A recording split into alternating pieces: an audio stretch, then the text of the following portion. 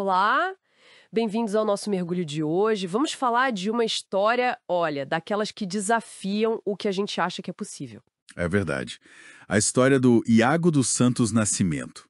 Um rapaz de 25 anos, né? Estudante de engenharia, mecatrônica, poeta, uma vida dupla ali, ciência e arte. Exato. E, de repente, em julho de 2024, um colapso.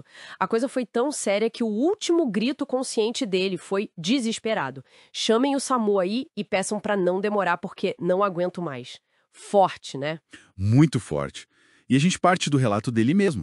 Tudo começou com o que parecia uma alergia boba, mas escalou de um jeito assustador. Quase o levou.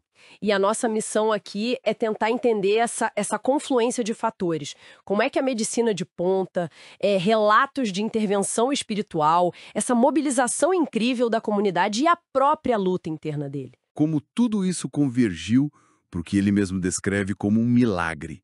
E vamos explorar esses anjos humanos que ele menciona e os sinais que ele percebeu. É fascinante. É uma convergência poderosa, sem dúvida. A crise mesmo estourou lá no Hospital Raimundo Campos, em Ouro Branco, e o diagnóstico, nossa, terrível. Entubado, menos de 1% de chance de vida. Um quadro gravíssimo. E um médico, o Dr. Fernando Grossi, foi muito direto com a família. Disse, se não transferi-lo, ele não aguentará nem até a meia-noite. Precisava de diálise urgente. E aí que a coisa muda, né? A comunidade entra em ação, os tais anjos humanos. Exatamente. A dona Socorro do Instituto Vencer, onde ele atuava, e o ex-vereador Marcos Coruja. Eles, assim, correram contra o tempo mesmo. Impressionante. E conseguiram a vaga na UTI do Hospital Bom Jesus, lá em Congonhas. Mas ainda tinha a questão da transferência. Pois é, uma corrida para conseguir uma ambulância UTI, que teve que vir de Barbacena. Imagina a tensão, essa mobilização toda. Diz muito sobre essa rede de apoio, né? Quando a medicina chega num limite. Com certeza. Mostra uma força que vai além, né? E enquanto essa batalha acontecia aqui fora, na realidade, a mente do Iago, bom, estava em outro lugar. Num pesadelo muito vívido. Ele descreve essa clínica de trabalho escravo. Uma metáfora, claro, muito forte para a sensação de estar preso na UTI sem controle do próprio corpo. E tinha personagens nesse sonho, né? Uma personal trainer que ele via como a própria doença tentando dominar, com um plano meio bizarro de gerar uma cachorra dourada a partir dele. É fascinante como a mente tenta dar sentido, né? Mesmo no meio do caos. E o mais incrível é que esse sonho tinha ecos na realidade. Como assim? Ele sonhou que mexia numa chave elétrica que machucava as mãos. E, ao mesmo tempo, apareceram bolhas reais na mão dele. Era uma infecção fúngica grave começando ali. Nossa, que conexão. É uma janela, né? Para como o cérebro processa o trauma físico, a dor, a perda de controle. E, em paralelo, a família buscando respostas e recebendo sinais espirituais. Sim, o pai dele ouviu falar do Dr. Fritz num centro espírita, curando um jovem de 25 anos. Uma médium descreveu um espírito desesperado. E o sonho do irmão, o Igor, sonhou com um adolescente egípcio dizendo ele não morrerá. E aquela imagem do Dr. Fritz, que congelou no Museu do Zé Arigô. São muitos elementos, né? Muitos. E a virada nesse pesadelo veio com uma figura, um rapaz louro, talvez um anjo, ou ele interpreta como a voz do irmão. Deu um código para ele. E uma mensagem final. Fique de vigia como um albatroz. Um símbolo forte, né? De resistência, de visão ampla. E parece que isso marcou uma libertação interna, um pouco antes dele despertar. E que despertar confuso deve ter sido. Voltar à consciência depois de tudo isso. A primeira coisa foi perguntar para o pai onde estava.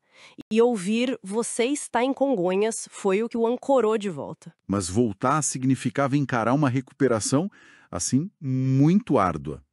Ele se descreve como um recém-nascido consciente, totalmente dependente. É difícil até imaginar. Fraldas, alimentação por sonda. Humilhante, ele diz, mas talvez necessário para recomeçar. Exato. E as batalhas médicas continuaram, né? Teve a cirurgia na mão com a doutora Amanda para tirar o tecido necrosado pela infecção. Teve a drenagem no pulmão. Nossa, essa drenagem, o Dr. Tiago tirou mais de 1 litro de líquido, 1.300 ml. Ele disse que o alívio foi imediato. Imagino. E ainda teve a restrição hídrica do Dr. Antônio para combater o inchaço, uma luta atrás da outra. Mas ele também fala muito bem da equipe médica, os anjos de branco, como ele chama. A doutora Lorena, que usou a técnica de virá-lo de bruços à pronação. Sim, uma manobra arriscada, mas que ajudou muito os pulmões dele a responderem melhor. E a doutora Lara, que entendeu a importância da família ali e autorizou a visita estendida. Fez toda a diferença. Para ele, a UTI acabou sendo um paraíso medicinal. E até um retiro espiritual, por mais paradoxal que pareça. É uma perspectiva muito particular. E o que sustentava tudo isso, né, era essa rede de apoio gigantesca, uma legião de intercessores, como ele disse, gente de várias crenças orando. Teve até um pastor, o pastor Sérgio, que profetizou a data da alta dele. E acertou. E os sinais marianos que a família interpretou. Sim, uma imagem na comida, água que ficou doce, o cheiro de rosas. É interessante ver como a fé e a ciência caminharam juntas ali. Totalmente. Não é só um elemento isolado. A fé talvez deu a força para aguentar o tratamento médico, que era brutal. E a comunidade deu o suporte prático, emocional, que nem a medicina, nem só a fé poderiam dar sozinhas. Foi um ecossistema de cura mesmo. E essa força-tarefa humana, como ele chama, a mãe ali em sacrifício diário, ele usa a imagem do pelícano, o pai e o irmão em vigília, a universidade, a UFSJ ajudando com moradia, apoio dos professores. Colegas do Vencer, os amigos como o Maico, o Guilherme, é uma demonstração muito concreta de afeto, né? E para ele, essa foi a grande lição, parece. A cura física veio junto com o que ele chama de reposição afetiva, aquela vulnerabilidade total, ser um dengoso boneco de pano. Abriu espaço para ele receber todo esse cuidado. E isso curou feridas antigas também, feridas emocionais. É uma camada a mais nessa história. Uma transformação profunda. Ele diz que passou a valorizar coisas simples, a água, o pôr do sol, a amizade, uma nova perspectiva de vida mesmo. E o mais interessante é que esse milagre pessoal dele virou uma missão cívica. Ele começou uma campanha para conseguir uma UTI na cidade natal dele, Várzea da Palma, usando a própria história como força. O livro que ele escreveu é parte disso, um ato de gratidão e também de mobilização. Exatamente. O que nos deixa com uma reflexão final, né?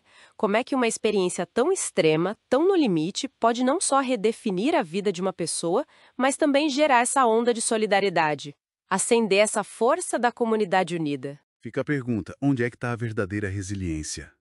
É só na força do indivíduo?